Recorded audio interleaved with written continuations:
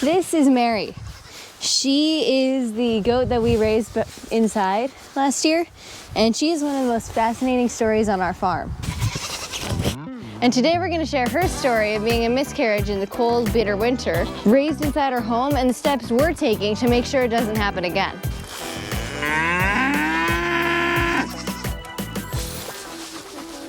That was rude. Vineyard chicks, music, homesteading, and more. Mary was born premature on February 4th last year and was the only baby we could rescue from the bitter cold.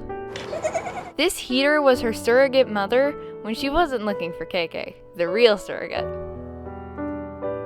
We thought about naming her Cheshire Cat because of the cat-like marking on her side, but since her surviving a premature and freezing cold birth was a miracle, we decided on Mary with help from our good friends in the comments last year. And yes, Mary and KayKay the goat professor formed a very special bond. And KayKay might have spoiled her a bit too much, as she has freely admitted. Because our little baby is so spoiled, we've got her diapers too. Not really sure how happy she is about it, but she likes being held. And we both might have had some unique haircuts last year. And walking in the kitchen may have been an adventure.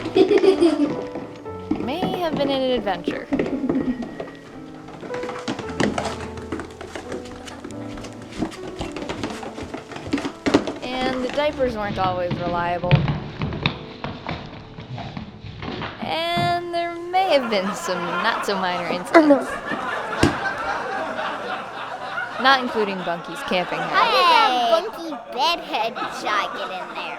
And even though it's adorable the way she climbs on the gate to wait for hugs and kisses, and is KayKay's first choice to go with on a vineyard stroll, there have been some long-term consequences. Like waiting at the edge of the barnyard for us like a puppy dog instead of following the other goats.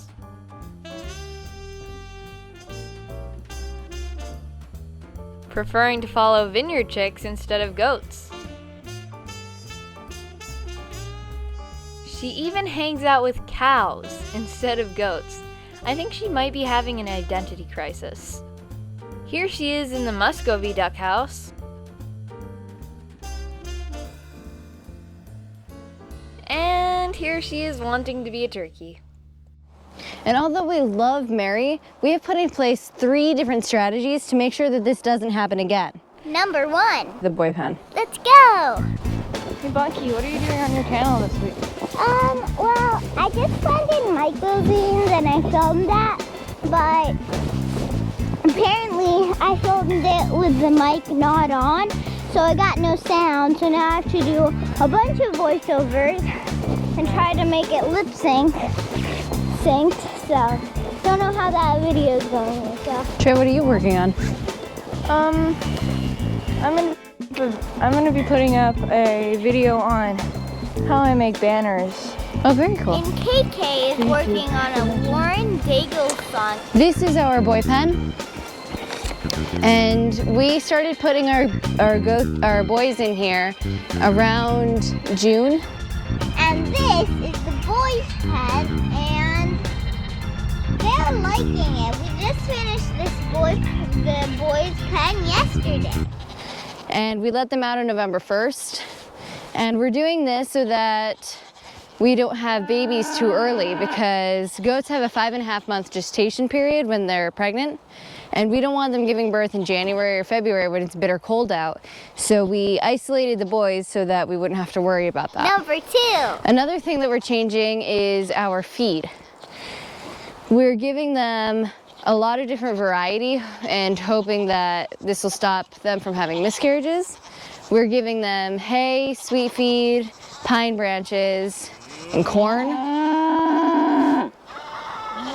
And we have a great pasture rotation in the warmer months, but since the snow is covering everything on the ground, we are trying to cut down pine branches so that they don't have to walk around very far because they don't like the snow very much. And in addition to this, we also use hay, and With the hay, we just give them free access to the cow's hay that we have set out, and they seem to be really enjoying that. And speaking of hay, Bunkie made a new short. Munch, munch. Sure. Munch, munch. Munch, munch. All I gotta say is, hey girl, hey. Hey in the morning, noon and night. Give me that hay, it's out of sight. You give me the pellets, you give me the grain. All I wanna say is, hey girl, hey. Munch, munch. Get your nose Munch, munch. Munch, munch. All I gotta say is, hey girl, hey. And because of all the snow, they don't have the foraging capabilities that they usually do in summer. And number 3. This is why we have different supplements for them in winter. We give supplements throughout the year, but in wintertime, I really want to emphasize the importance of winter nutrition. And for that, I use this, which is a goat mineral, and you give it to them free choice, and it helps their overall health, their growth, and their reproduction. So we emphasize this even more in the wintertime.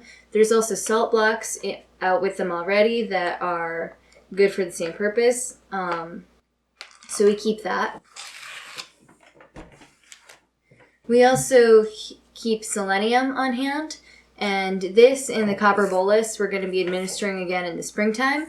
Selenium is good for their brain, their thyroid, and reproductive health. Now, selenium is really necessary on our farm because we live in Michigan, and one of the main reasons we moved to Michigan was when we planted grapes, we learned that selenium gives a really bad taste to grapes. So we chose to live somewhere with low selenium. Unfortunately, that's bad for goats, so we need to supplement it with this.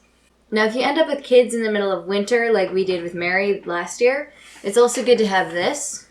This is powdered milk with the minerals that they need, and we pretty much raised Mary on this until she was ready to go outside. And we also have this on hand, which is their colostrum supplement. And this is for during the first 24 hours, and we were actually going to scramble to get this with Mary, so we're trying our hardest to keep this on hand. Having a bottle handy actually goes without saying. So with this bottle, you can actually use the bottle, the top part, for on top of a pop bottle, which is what we did for a while last year. But having a clean bottle ready to go is really important. If you didn't separate your goats last summer, it's still probably okay. We didn't separate ours for years. But if so, I would encourage you to check on my video on preparing for winter goat births. I'll leave a card and a link in the description. Here's my trip now. Keely, Biffer, Thrain, Boffer, Pico, Feely, Chowrin, Thorin, and Mary. So how is Mary doing now? Mary today is happy and healthy, and she's almost just as big as all the rest of the goats. And she really enjoys eating hay. So we hope you enjoyed this video and found our 3 winter strategies helpful. Thanks so much for being here, and we wish you a blessed week. And today we're going to share her story of being a rescue in the And today we're going to share her story of being a rescue in the And today we're going to